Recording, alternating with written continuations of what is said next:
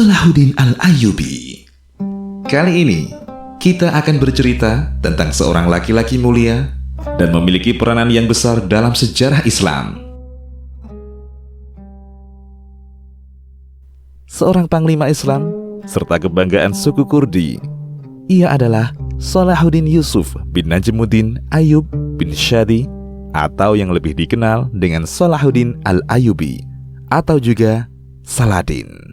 Ia adalah seorang laki-laki yang mungkin sebanding dengan 1000 laki-laki lainnya.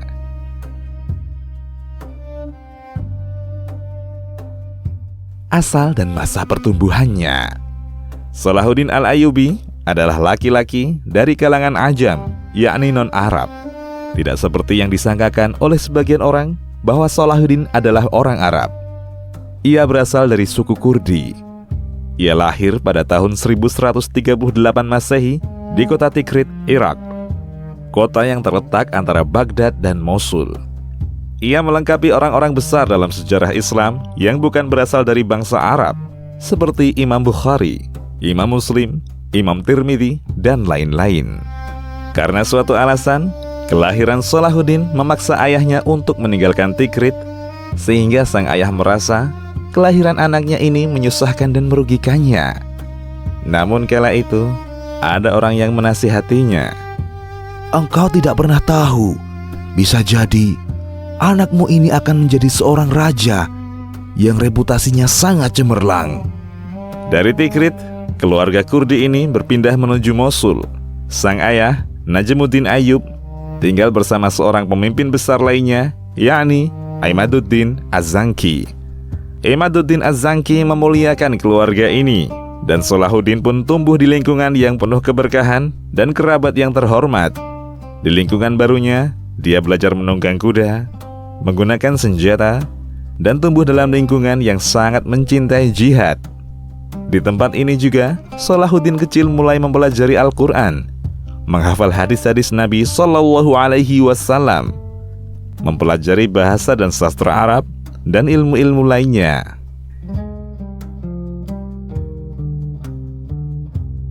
Diangkat menjadi menteri di Mesir.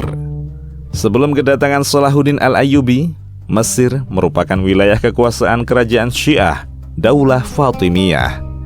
Kemudian pada masa berikutnya, dinasti Fatimiyah yang berjalan stabil mulai digoncang oleh pergolakan di dalam negerinya. Orang-orang Turki, Sudan, dan Maroko menginginkan adanya revolusi. Saat itu, Nuruddin Mahmud, paman Salahuddin, melihat sebuah peluang untuk menaklukkan kerajaan Syiah ini. Ia berpandangan penaklukan Daulah Fatimiyah adalah jalan lapang untuk membebaskan Yerusalem dari kekuasaan pasukan salib. Nuruddin benar-benar merealisasikan cita-citanya. Ia mengirim pasukan dari Damaskus yang dipimpin oleh Asaduddin Syirkuh untuk membantu keponakannya, Salahuddin Al-Ayyubi, di Mesir. Mengetahui kedatangan pasukan besar ini, sebagian pasukan salib yang berada di Mesir pun lari kocar-kacir, sehingga yang dihadapi oleh Asaduddin dan Salahuddin hanyalah orang-orang Fatimiyah saja. Daulah Fatimiyah berhasil dihancurkan, dan Salahuddin diangkat menjadi menteri di wilayah Mesir. Namun tidak lama menjabat sebagai menteri di Mesir, 2 bulan kemudian, Salahuddin diangkat sebagai wakil dari Khalifah dinasti Ayyubiyah. Selama 2 bulan memerintah di Mesir, Salahuddin membuat kebijakan-kebijakan progresif yang visioner. Ia membangun 2 sekolah besar berdasarkan madhab Ahlus Sunnah wal Jamaah. Hal ini ia tujukan untuk memberantas pemikiran Syiah yang bercokol sekian lama di tanah Mesir.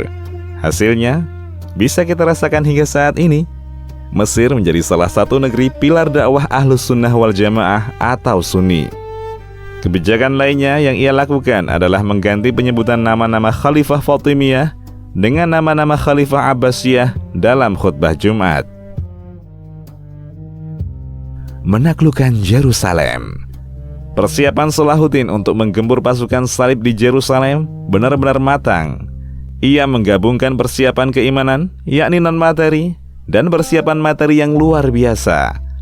Persiapan keimanan ia bangun dengan membersihkan akidah Syiah Batiniyah dari dada-dada kaum muslimin dengan membangun madrasah dan menyemarakkan dakwah.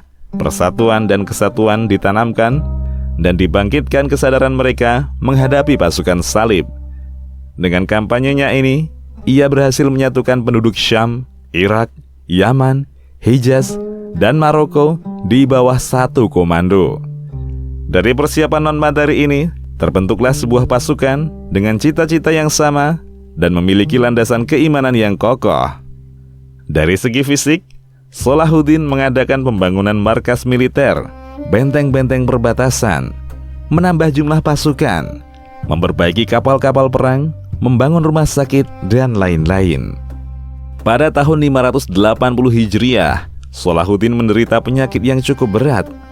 Namun dari situ, tekadnya untuk membebaskan Yerusalem semakin membara. Ia bertekad, apabila sembuh dari sakitnya, ia akan menaklukkan pasukan salib di Yerusalem, membersihkan tanah para nabi tersebut dari kesyirikan Trinitas.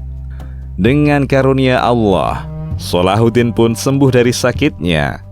Ia mulai mewujudkan janjinya untuk membebaskan Yerusalem. Pembebasan Yerusalem bukanlah hal yang mudah. Salahuddin dan pasukannya harus menghadapi pasukan salib di Hattin terlebih dahulu. Perang ini dinamakan Perang Hattin, perang besar sebagai pembuka untuk menaklukkan Yerusalem. Dalam perang tersebut, kaum muslimin berkekuatan 63.000 pasukan yang terdiri dari para ulama dan orang-orang soleh. Mereka berhasil membunuh 30.000 pasukan salib dan menawan 30.000 lainnya. Setelah menguras energi di Hattin, akhirnya kaum muslimin tiba di Al-Quds, Yerusalem. Dengan jumlah pasukan yang besar, tentara-tentara Allah ini mengepung kota suci itu.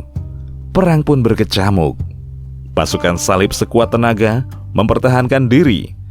Beberapa pemimpin muslim pun menemui syahid mereka, insya Allah, dalam peperangan ini. Melihat keadaan ini, kaum muslimin semakin bertambah semangat untuk segera menaklukkan pasukan salib. Untuk memancing emosi kaum muslimin, pasukan salib memanjangkan salib besar di atas Qubatus Sakhrah.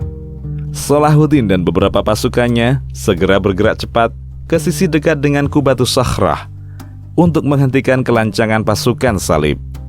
Kemudian, kaum muslimin berhasil menjatuhkan dan membakar salib tersebut. Setelah itu, Jundullah menghancurkan menara-menara dan benteng-benteng Al-Quds. Pasukan salib mulai terpojok. Mereka tercerai-berai dan mengajak berunding untuk menyerah. Namun, Salahuddin menjawab, "Aku tidak akan menyisakan seorang pun dari kaum Nasrani, sebagaimana mereka dulu tidak menyisakan seorang pun dari umat Islam ketika menaklukkan Yerusalem." Namun pimpinan pasukan salib, Balian bin Bazran, mengancam, "Jika kaum muslimin tidak mau menjamin keamanan kami, maka kami akan bunuh semua tahanan dari kalangan umat Islam yang jumlahnya hampir mencapai 4.000 orang. Kami juga akan membunuh anak-anak dan istri-istri kami, menghancurkan bangunan-bangunan, membakar harta benda, menghancurkan Qubatus Sakhrah, membakar apapun yang bisa kami bakar. Dan setelah itu, kami akan hadapi kalian sampai darah penghabisan. Satu orang dari kami akan membunuh satu orang dari kalian. Kebaikan apa lagi yang bisa engkau harapkan?" Inilah ancaman yang diberikan pasukan salib kepada Salahuddin dan pasukannya. Salahuddin pun mendengarkan dan menuruti kehendak pasukan salib dengan syarat setiap laki-laki dari mereka membayar 10 dinar, untuk perempuan 5 dinar, dan anak-anak 2 dinar. Pasukan salib pergi meninggalkan Yerusalem dengan tertunduk dan hina. Kaum muslimin berhasil membebaskan kota suci ini untuk kedua kalinya. Salahuddin memasuki Yerusalem pada hari Jumat 27 Rajab 583 Hijriah atau bertepatan dengan 2 Oktober 1187 Masehi. Kota tersebut kembali ke pangkuan umat Islam setelah selama 88 tahun dikuasai oleh orang-orang Nasrani. Kemudian ia mengeluarkan salib-salib yang terdapat di Masjid Al-Aqsa, membersihkannya dari segala najis dan kotoran, dan mengembalikan kehormatan masjid tersebut. Wafatnya sang pahlawan. Sebagaimana manusia sebelumnya, baik dari kalangan nabi, rasul, ulama, panglima perang, dan yang lainnya.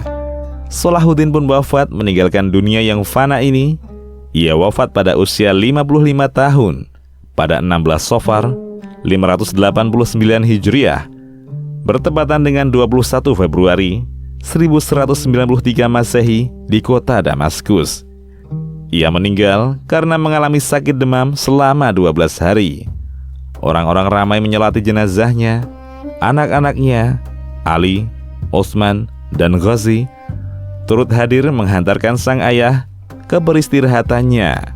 Semoga Allah meridhai, merahmati, dan membalas jasa-jasa engkau, wahai pahlawan Islam, sang pembebas Yerusalem.